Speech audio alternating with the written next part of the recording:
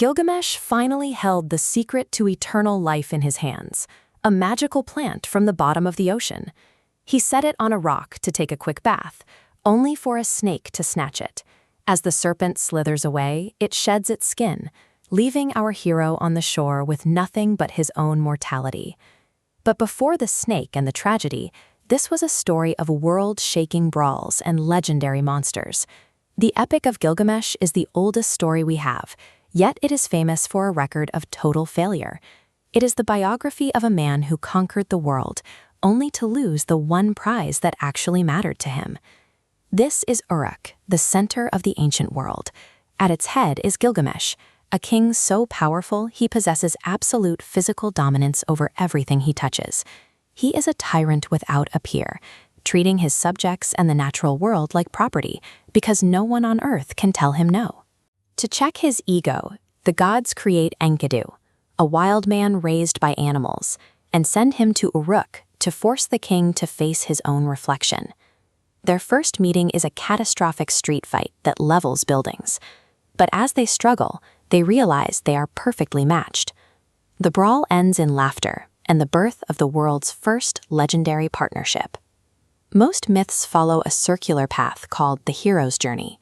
A protagonist leaves home, overcomes a series of trials, and returns with a magical reward that fixes their world.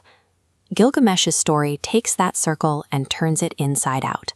It sets up the expectation of a standard victory, only to systematically dismantle every heroic trope until the protagonist is left with nothing.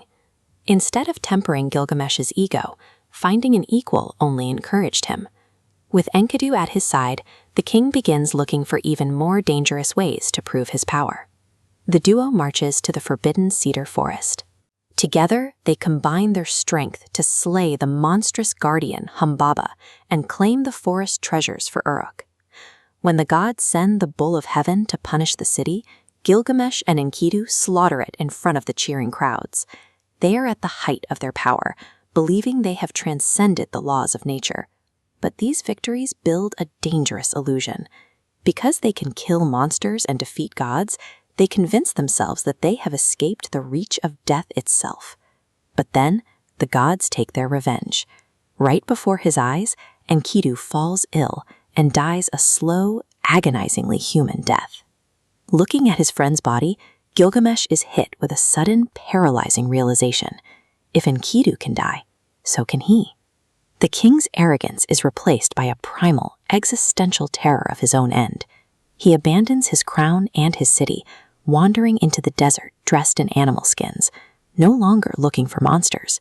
Instead, he is looking for a way to stop time itself. His journey takes him to the edge of the world, where he seeks out Utnapishtim, the one and only man to ever survive a global flood and be granted eternal life by the gods. Gilgamesh's quest has changed. He has fled his responsibilities as a king to engage in a desperate, frantic flight from the inevitability of the grave. Utnapishtim offers him a simple challenge. If you want to defeat death, first defeat sleep. Stay awake for just 1 week. Gilgamesh fails immediately. He falls into a deep sleep that lasts for 7 days, proving that his physical body is still bound by the laws of biology. As a final gesture of pity, the immortal tells Gilgamesh about a plant at the bottom of the sea that can restore a man's youth. Gilgamesh retrieves it, but as we saw at the start, his own carelessness allows a snake to eat it. The magical plant is gone, and Gilgamesh is left on the shore, sobbing at the realization that he cannot change his fate. Failing this final quest forces him to confront a truth he had spent his entire life ignoring. He is just a man. He has no more magic tricks left to play. Gilgamesh returns to Uruk with nothing to show for his travels. But as he stands before the city gates, he stops to appreciate the massive walls and the labor of the people who built them. He looks at the brickwork he once took for granted. He begins to see Uruk as a collective human achievement, a monument that will continue to shelter people for generations after he is gone. Those walls actually survived. Thousands of years after the myth was written, archaeologists found the physical footprint of Uruk, proving that Gilgamesh's legacy lived on through the city he finally learned to value. Gilgamesh never became immortal. His story did.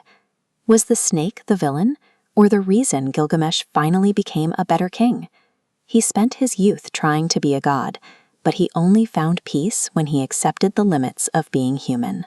By returning to his city and ruling with the perspective of a man who knows his time is short, his life achieved the exact immortality he had been chasing.